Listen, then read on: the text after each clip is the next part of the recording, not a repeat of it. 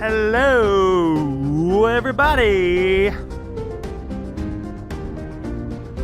Turn this up in my headphones, Charles. This is my jam. That's my jam. Going up.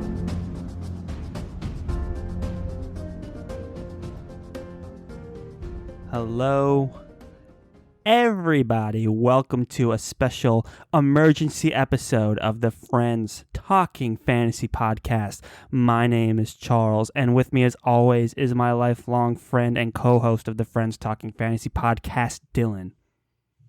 That's me. Yeah. Can you run that theme song back one more time there, Charles? Only because it's an emergency episode and we have no other option. Here we go. Emergency episode. Yeah. All right. Well, I do actually really want to get into this because this is high priority, Charles. No time to fool around. Oh, I'm sorry. Yeah. All right. Well, I cut it out. So, Dylan, can you just take over this for me and explain to everyone why we're here? Because you were the one that called this gathering. Yeah. Well, I had to call the council, which is just me and Charles on the Friends Talking Fantasy Podcast. And all you friends out there, respect. Yeah.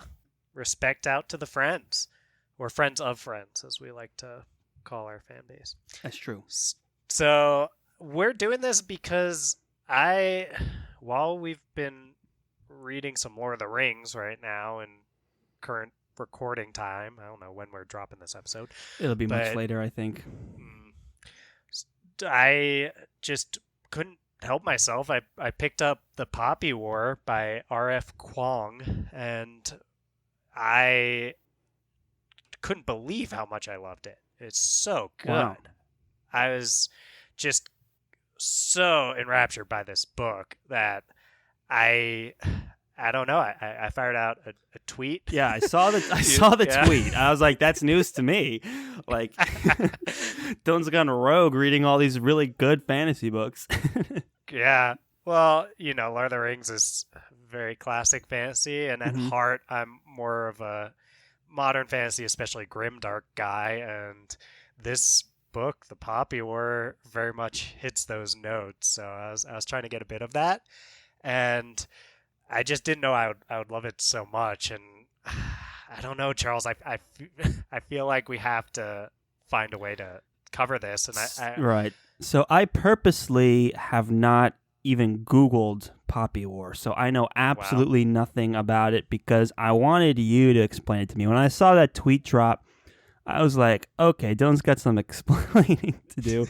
And we've been talking about doing these kind of mini episodes, these recommendation episodes, and we figured this would be a good place to kind of start experimenting with that by having this emergency gathering.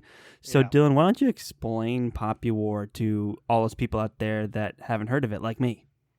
Sure, Charles. Yeah. Well, the Poppy War is a story that draws inspiration from 20th century China, especially by the Second Sino-Japanese War. It mainly follows the journey of our protagonist, Rin, who is a war orphan from a war that took place before this book starts, who begins the novel in a house raised by cruel foster parents that want to marry her off to a much older man. And Rin wants no part of that, so she studies intensely for an exam that if she does really well on it, she has a chance to get into a place called Sinigard, which is an extremely prestigious military academy that people from Rin's impoverished background are rarely ever admitted to. And stories in part a school story, and it's also in part a war story, unsurprisingly, based on the title, The Poppy War. Right. And so Rin's of an age where it could, on the surface level, be mistaken for a coming-of-age YA type tale, but the content is actually really grimdark and violent, so I would not recommend it for people who are looking for that. Actually, Rebecca Kuang, the author, put it, I can't curse on here, but she used the actual word that I won't use because we're trying to maintain our non-explicit rating We're here. family friendly here. We're family friendly, and the author put if you liked Avatar: The Last Airbender, but always wished it were a little darker and more effed up, you might like this. And I Okay. have a feeling there's a lot of people out there who feel that way. All right. I mean, yeah, I really enjoyed The Last Airbender. When it dropped on Netflix, I watched it. I rewatched it, and I thought it was quite good. I would be very interested in a more mature one because for me, I love Avatar, but it's also very clearly like a kids movie, like a show that was written for kids originally. It holds up for adults, but the For sure. idea of entering more mature themes and realms sounds very appealing. It's a great desk pitch, elevator pitch. Yeah. So to give some background on the author, she graduated with a degree in Chinese history from Georgetown University, according to Oh, Wikipedia, a few days after its release. I believe she was in her early 20s when she was writing wow, this. Yeah. that's awesome. Yeah. She's a pretty impressive person from what I can gather. She's getting her PhD in, I don't want to mess that up because I don't have that in front of me, but I know she's getting her PhD right now in a related field. And her knowledge very much shows when she's putting us in this setting, which is different from a lot of your typical medieval fantasy a la European equivalent setting. So that's Okay, exciting for a change of pace. all Yeah. right. So So why do we have to? Because you're suggesting that we take our carefully planned friends pitching fantasy schedule that goes through December, and your suggestion is that this book is so good that we have to kind of disrupt our schedule, push back Book of the Ancestor so that we can insert Poppy War into the reading schedule. You want to explain that to the fans and to me? the fans who expect us to rigidly hold to our friends pitching fantasy, which I'm saying let's still read all of those books. For We've sure. got The Burning God, which is the third and final book in this trilogy coming out November 17th.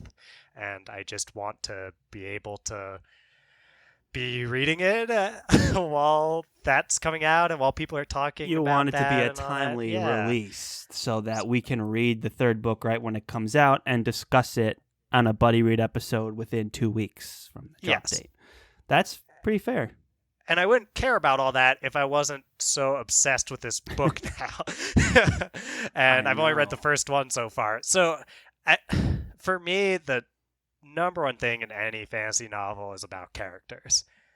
And when it comes to characters in the Poppy War, that conversation has to focus on Rin, the protagonist. I mean, the story does such a good job of putting you in Rin's headspace, her perspective, that even though it's third person narrative, I legitimately felt like it had all the benefits that first person narrative gets you while still holding on to the good things about third person. So, I mean, you're right there in her head. You're dealing with all these things that she's dealing with. And I think what I really, really like about Rin is the way that Kuang presents Rin. She does this incredible job of balancing act of presenting Rin with as someone with that tenacity and ruthlessness of almost if Charles, I know you've read the Broken Empire trilogy Right, talking about by York. Mark Lawrence and Jorg. We talked about he got mentioned in our favorite protagonists episode, but neither of us listed him as favorite protagonist because we Right. felt like he we really like this, like he's relentless. He will do whatever it takes to get what he Very matter wants, of right? fact, very decisive, very proactive. For sure. And Rin has that kind of relentlessness or tenacity, but it's balanced with this vulnerability in a way that like Jorg does not seem to have, and No. it makes her feel so real. So that that Jorg piece we love grabs all of that for Rin, but not completely lacking in empathy in the way Jorg often comes across. And I feel like what we get here is someone who will move the plot forward and do all these things that you kind of wish a lot of characters that can be more passive would just go ahead and do. And she also has that willingness to be ruthless when she needs to. I feel like it hits even harder than it does in some of these other books with just like really straightforward, almost anti-hero, bad protagonists. Not bad as in not well written, but bad as in Their bad actions. guy. Yeah. Yeah. She doesn't come off evil or anything like that, which makes it feel it hits even harder when you see her make these almost Machiavellian and justifies the means decisions. She's just willing to sacrifice whatever it takes to get what she wants. But you also get to see her grapple with the idea that she's feels like a real person who is making these decisions. So some of that moral stuff, I think, is even more poignant with her. Wow. So, I mean, you're selling me on it. I keep going back to this like Avatar thing. Is it really like Avatar, and in what ways is it like Avatar? I think that it's like Avatar in the magic system has some elements of that. I don't want to give anything away because the magic system has a little bit of a slow roll, but it is a fantasy novel, so there is magic. And yeah, so there's some things about the magic system that definitely have Avatar type feelings to it. I think also the setting. I mean, uh, Avatar obviously inspired by Asian settings and I more of would that. agree with that. Yeah. I Yeah, don't know if it's ever actually explicit, but it does even have like an anime kind of feel to the art style and everything. yeah. So I think that's where a lot of that happens, and maybe it's character focused in the way that Avatar is, but I'd say it's a lot of that she's drawing on when she's making that comparison. I know she was inspired by Avatar in Huh. some Cool. ways, or at least I think she frames it a little more like implicitly she was probably inspired by it because she really likes Avatar: The Last Airbender. hmm But that's what I'm gathering there. Okay. Well, I mean, I do like the idea of releasing an episode more around the timely release of a book. And you pitched a lot of books to me lately through the Friends Pitching Fantasy segment, but I think this one just came so charged. It's like it's like it's like we have to read this kind of a thing. Where it was like you really felt that inspiration for this. Yeah. Well, I mean, the characters are first and foremost there. I think there's other great characters. I know I stressed a lot on Rin there. Yeah. I think some of the other ones, especially there's a character named Alton that's I think so well written. Like Kuang presents these characters kind of one light at first, and you think you start to get a feel for what their deal is, and then she lets these nuances come out when it feels appropriate, and it she does this job of almost like totally warping your perception of a character without it feeling like some sort of out of nowhere subversion. It feels like, oh, I see why that side of this person Huh. exists. And yeah, all of that I think shows so much skill and willingness to make characters complex and kind of let the readers figure out for themselves what to think about the characters because all of them have this capability for good and evil in them. I think the dialogue that they present too is just super modern feeling and fresh Oh, that's in good. that sense, especially at least for me. We're reading The Lord of the Rings, which is on the Yeah. other end of that spectrum, Yeah, and then these for characters sure. are in this book, The Poppy War, talking like how people talk now more so, and it's pretty fun reading that. Uh, Other than the characters, though, I do the pacing, Charles, is incredible. I That's good. mean, I think you'd appreciate it a lot Because they're because not like epically big. They're not like The Name of the Wind or something like that, no, or The Wise Man's Fear. in their They're length, not more like tomes. yeah, the first one, the Poppy War, is 500 some odd pages, and I'll say it covers an amount of story that feels more typical of the amount you'd expect to get done in a trilogy. Wow. But it never feels rushed in its pacing. Right. Which and is every step incredible. is earned in the progression Yes. of it. Yeah. That's not an easy Yeah. thing to do. Somehow she just finds this way to give us each scene that we need and just about nothing else. And I think the only I was trying to think before this if there's like what would be my issues with this book, and you know, Yeah. we're not critics, we're No. enthusiasts over Yes. here. So I'm like, I don't feel pressured to have to find anything, and I really couldn't.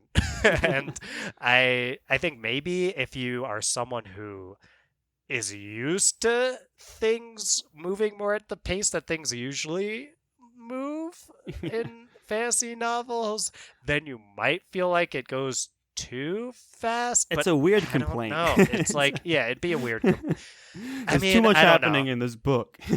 Because the thing is, it moves fast, but at no point does it. I mean, is it like feel like it's demanding on the moving too- reader like No. Malazan can be, where it's like, No.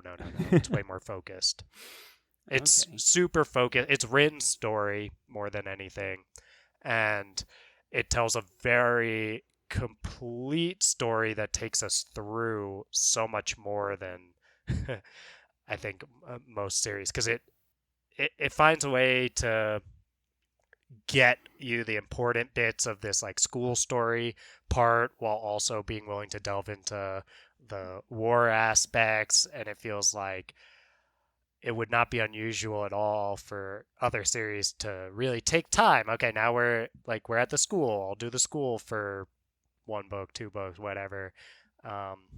This series, or I'll say this book because I haven't read the rest of it yet. It gives us what we need out of every piece of it and moves us along, and I really appreciate that. That's awesome. Yeah, especially after reading Lord of the Rings, I would appreciate that too, of like a lot happening, fast clip, modern language, seems refreshing. And speaking of me, let's talk more about me. Like, Let's talk about you, Charles. Like, what about me specifically makes me need to stop and read this right away? You know? Nothing about you, Charles. It's about me. Okay. No, it's about everyone. So I think, Charles, you do appreciate a lot of you said in, I can't remember what episode. Oh yeah, one of our Lord of the Rings episodes, I asked you, hey, do we need more stuff that kind of Oh yeah, takes that was its our time Two Towers and world episode. builds? Yep. And yeah, and you were like, I don't know, I always lean toward, let's just give us what we need and let's go and get through it without rushing. Sure.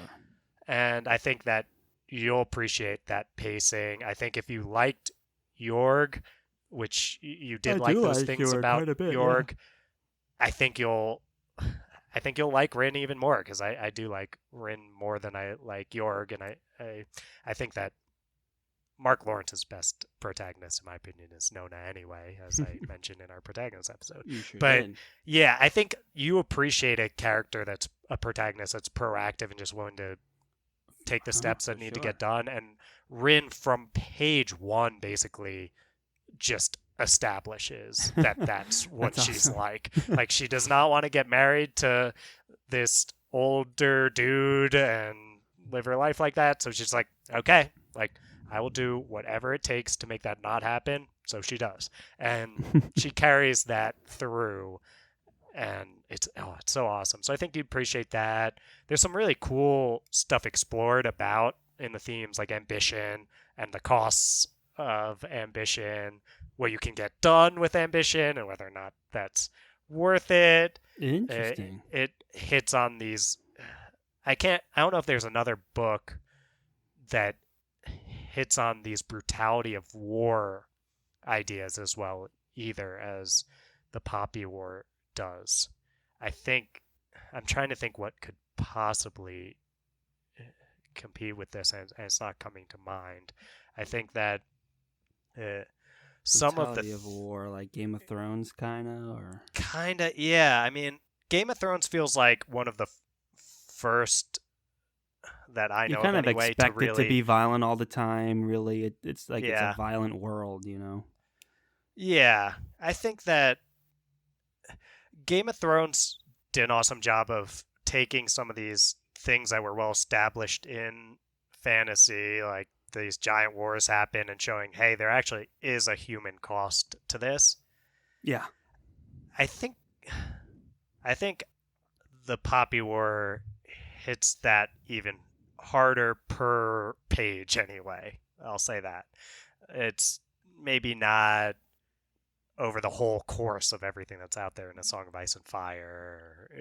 I can't speak for how people react, but Poppy War, I don't know. There's something about being so locked into Rin's perspective and going through everything with Okay. her and getting some of these experiences of Sure. the school setting, which feel pretty, normal in fantasy, and then Right. going from that toward the war setting that makes it Right. even more Right. Very jarring. true. Yeah. Okay. Yeah. So yeah, that, and then there's some really great stuff explored about oppression. There with Rin comes from this impoverished background. She's got dark skin, which is not there's something that you face a lot of discrimination for in the society that Kuang Sure. presents, and yeah, that and gender discrimination and the ways that she grapples with these things and also uses that tenacity to deal with them are really cool to see. That's so I like your energy here, and I think I'm excited to read the books. I think that look, we had planned to read Witcher and Book of the Ancestor, and now you've discovered Poppy War, and I think it's important that when inspiration strikes, you just gotta ride that wave, follow that energy, and it's good to have the release of book 3 as kind of like the focal point of our release schedule.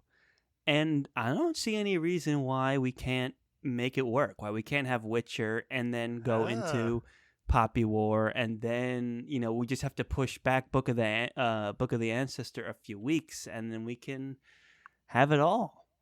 wow, You Charles. know, we have time. I mean, we are recording super far in advance, which has been to our detriment for so long. But I think we can throw some stuff around on the schedule, and we can go from having like a lot of safety episodes to having like no safety episodes, but more books out, which I think everyone will appreciate that. Are you saying what I think you're saying there, I'm Charles? saying, look, if we can ride the wave as long as you don't keep going on reading ahead without me. I might even just reread the Poppy War when we do that episode, We and will have the I don't time. know. We should have the It's time for it. I'm gonna give myself time to read it. I yeah. usually give myself 2 weeks per book. That's how I like Nah, to. this is awesome. I'm super excited because, I mean, Well, look, you don't just dude. call an emergency episode every day. This is unprecedented friends talking fantasy history here. So to call this council in these times is significant on its own, let alone this 20-minute pitch you've now given me and this tweet you blasted publicly under the FTF banner. So it's like we You like that, Charles? I put something out there. You didn't even This could tell have me. I been. found it on my notifications of like people liking a tweet. I was like, "What happened?" And then it was like, "Oh, reading this series is really good." I'm like, news to me. We have to cover it on the show. Wink, wink, nod, nod. So Dylan said without consulting his co-host. This could have been it. I mean, I would have, if not us actually doing a buddy read of it, I at least just wanted to talk about it and throw as much yeah, for support as sure. I And I could think we're in behind a it. position now. We're so far ahead that we can read that and catch up and be a week ahead by the time the third book comes out, and we can be super current in a super timely position. And I'll have read the series that you highly recommend. I mean, the last time you came at me with this kind of energy was King Killer, and I really enjoyed reading King Killer. So I would be crazy not to read it. And I don't want to like wait several months like after just like into January to read it when the energy is here and now, you know? So it's like, Yeah. let's make it work. Well, you're preaching to the choir over here. Let's do it. Let's read the Poppy War. And so it was decided. We're gonna fit Poppy War into the schedule. How, when, where, we will figure it out. We'll be sure to announce it super early so that anyone has time to read Poppy War if they want to catch up on the buddy read. So be sure to check out the Friends Talking Fantasy website. Check out our reading schedule. Check out our social media. We'll announce the dates and stuff as we make changes to our existing script. So awesome! Yeah, I did it. Should we do it? This is unprecedented. There's we've never unprecedented. This is out of control. This Poppy War business better live up to my expectations now. You're gonna love it. I'm very excited. I know it's gonna be good. These recommendations don't come lightly, I would say. I mean, we like a lot of books, and you always come to me saying you read stuff and it was really good. But I could tell from what's been happening this last week that this was something that I wouldn't want to miss out on. I felt kind of bummed. I was like, man, you read this without me. How are we ever going to get it into the schedule? But I think we can make it work. Oh, yeah. No, I mean, I didn't know I'd get this into it because I read other stuff while we're doing this, and I'll say, oh yeah, this one was good. Okay, like that kind of stuff. But I don't know. I can't remember the last time I was reading a novel by a new author that I got this excited about. Like new author in terms of I haven't read this author yet. That I got this excited about. Like, I mean. This is next level amount of entertaining for me. Well, now you got me it's excited. So I think I've known you long enough that I know when like this kind of energy is something I got to check it out. You know, this word of mouth here is working. My mouth, my words. That's right. Your ears, Charles. That's right. And that's all it is. All right. Well, is there anything else you need to say about Poppy War before we go ahead and call it a day? Listeners, if you trust me, don't make the mistake I did and continue to wait on this series. Go and read it. It's time. Wow. If you're already had, you're smarter than I am. Yeah, and take a look at our reading schedule if you want to read it along with me anyway, and probably with Dylan a second time around. And yep. Let's go, fam. Let's read these books. Let's have that discourse. Let's revel in the wonder that is the Poppy Wars. Let's revel. I mean, I don't want to go into it with any bias, but I'm feeling good about it. Yeah, well, go in ready for.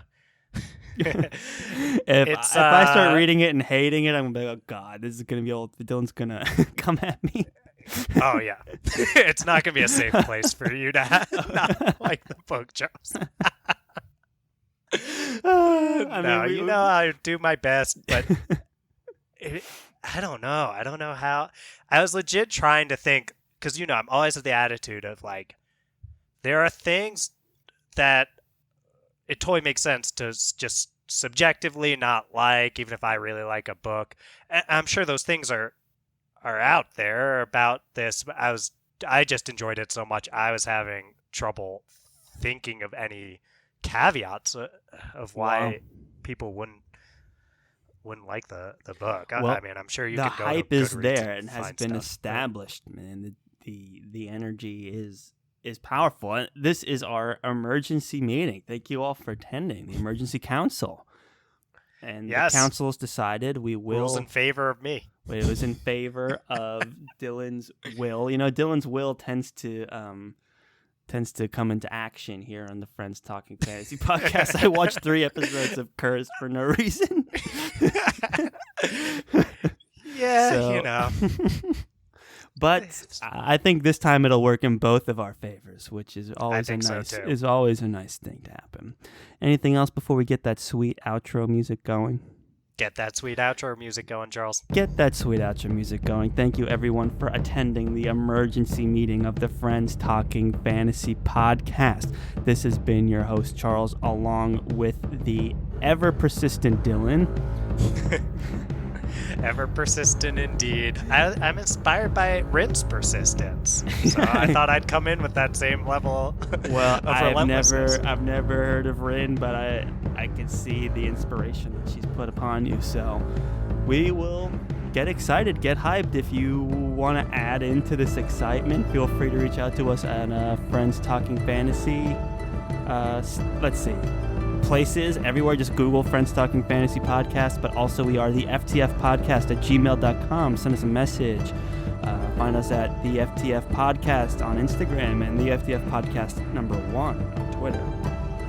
Yep, the FTFpodcast.com too. Yep, and rate us 5 stars. It makes a difference, you know. So thank you all for listening, and we appreciate you being here. And as always, friends, go forth and conquer, friends.